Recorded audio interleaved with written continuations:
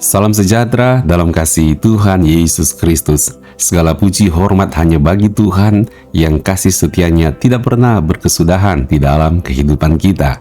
Puji nama Tuhan. Kembali Anda mengikuti renungan malam dekat Tuhan yang akan memberkati Anda pada hari ini dengan tema kekayaan dari kemurahan Tuhan. Sebelum kita merenungkan firman Allah, mari kita satukan hati, kita berdoa terlebih dahulu. Bapa Surgawi, dalam nama Tuhan Yesus, Tuhan urapi kami, Tuhan buat kami mengerti kebenaran firman Tuhan yang akan menguatkan dan meneguhkan iman kami. Dalam nama Tuhan Yesus, haleluya, amin.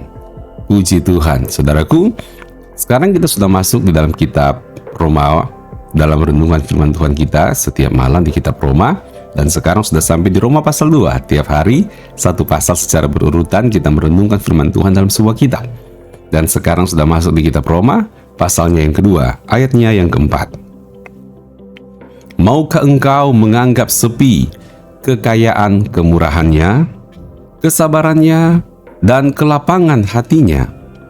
Tidakkah engkau tahu bahwa maksud kemurahan Allah ialah menuntun engkau kepada pertobatan? Tetapi oleh kekerasan hatimu yang tidak mau bertobat, engkau menimbun murka atas dirimu sendiri pada hari waktu mana murka dan hukuman Allah yang adil akan dinyatakan. Ia akan membalas setiap orang menurut perbuatannya. Kita bersyukur Tuhan punya kemurahan yang sangat besar. Kekayaan, kemurahan, kesabaran, dan kelapangan hati Tuhan. Kenapa dikatakan kelapangan hati Tuhan? Hati yang lapang. Hati yang lapang, ingatlah tanah lapang, ya, artinya hatinya luas. Maksudnya, ketika kita melakukan banyak kesalahan di mata Tuhan, hidup kita tidak berkenan di mata Tuhan, Tuhan masih bisa memandang kita dan masih bisa ingin membuat kita mencicipi kebaikannya. Itulah kelapangan hati Tuhan. Kedapatan kita hidup ini penuh dengan banyak kesalahan di mata Tuhan, baik orang lain tahu maupun hati kita sendiri yang tahu. Mungkin kita sembunyikan di depan orang, tapi tentunya kita nggak bisa sembunyikan di mata Tuhan. Tapi saudaraku, sudah buat banyak kesalahan di mata Tuhan, tapi Tuhan punya kelapangan hati. Anda sampai hari ini tetap menikmati kebaikan Tuhan, kemurahan Tuhan, kekayaan dari kebesaran Tuhan. Tuhan masih memelihara kita, Tuhan masih menghidupi kita, Tuhan masih menopang hidup kita. Luar biasa, bukan? Lantas, untuk apa Tuhan punya kelapangan hati yang seperti itu? Untuk apa Tuhan mempunyai kemurahan yang sangat kaya buat kita? Untuk apa Tuhan punya kesabaran yang sangat panjang buat kita? Buat apa semuanya itu? Apakah itu sebagai tanda bahwa kita punya kesempatan yang besar untuk lagi dan lagi dan lagi bikin dosa? Untuk lagi dan lagi dan lagi memuaskan hawa nafsu kita? Untuk lagi dan lagi dan lagi pura-pura cuek? Tuhan lagi menanti kita, tapi kita nggak mau datang balik-balik ke Tuhan.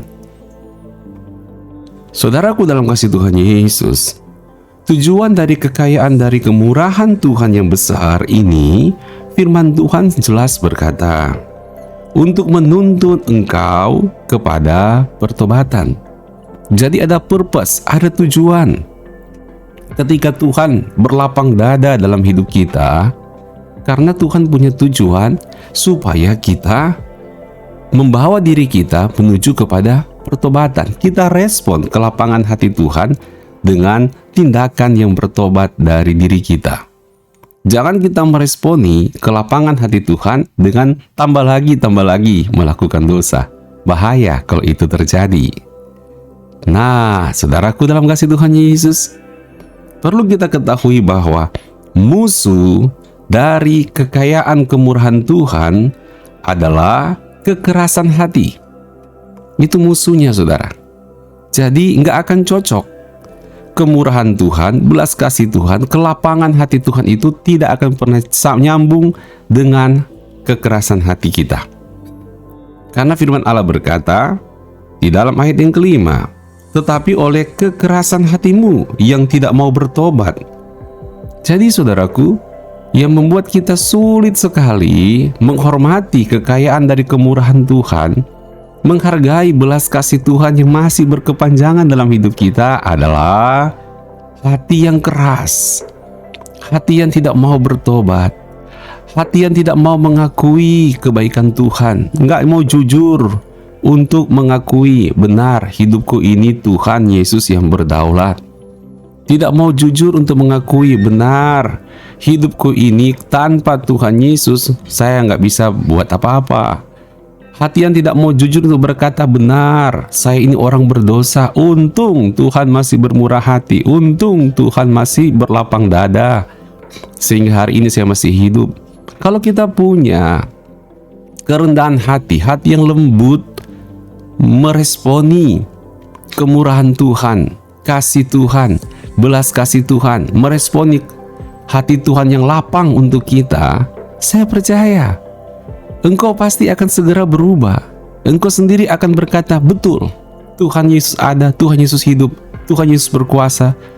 Aku membutuhkan Tuhan dan Tuhan menginginkan hidupku dipersembahkan untuk Tuhan. Aku mau menjadi anak Tuhan. Tidak ada pilihan lain hidup ini selain menjadi anak Tuhan yang sungguh-sungguh. Tidak ada pilihan lain dalam hidup ini selain menjadi orang percaya yang hidupnya hanya mengabdi kepada Tuhan Yesus saja. Itu yang diperlukan, saudara. Hati yang lembut yang demikian.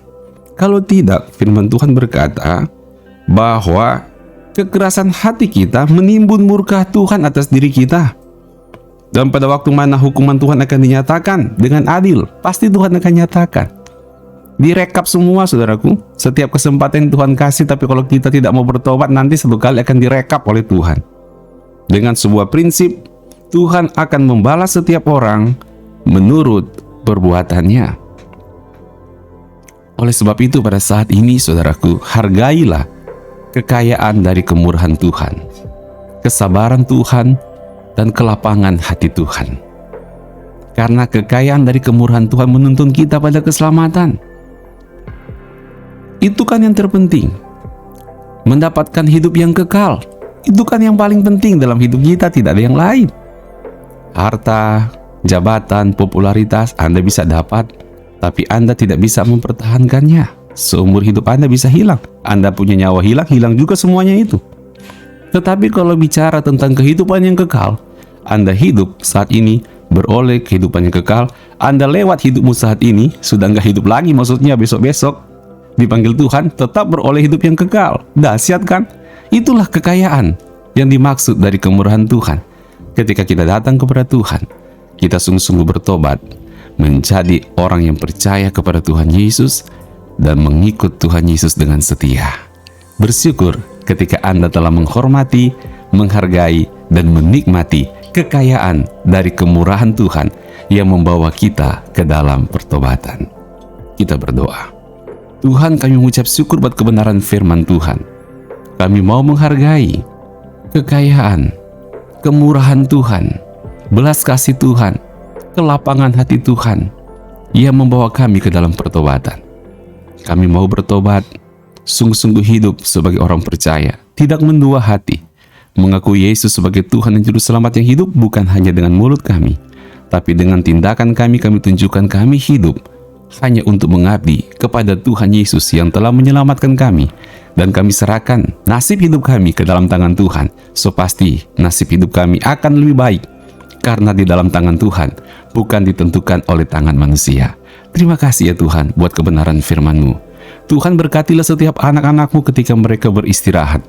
Malam ini diberkati dengan berkat dan ketenangan dari Tuhan. Dalam nama-Mu Tuhan Yesus kami berdoa. Haleluya. Amin. Puji Tuhan. Tuhan Yesus memberkati. Sampai bertemu kembali besok malam. Shalom.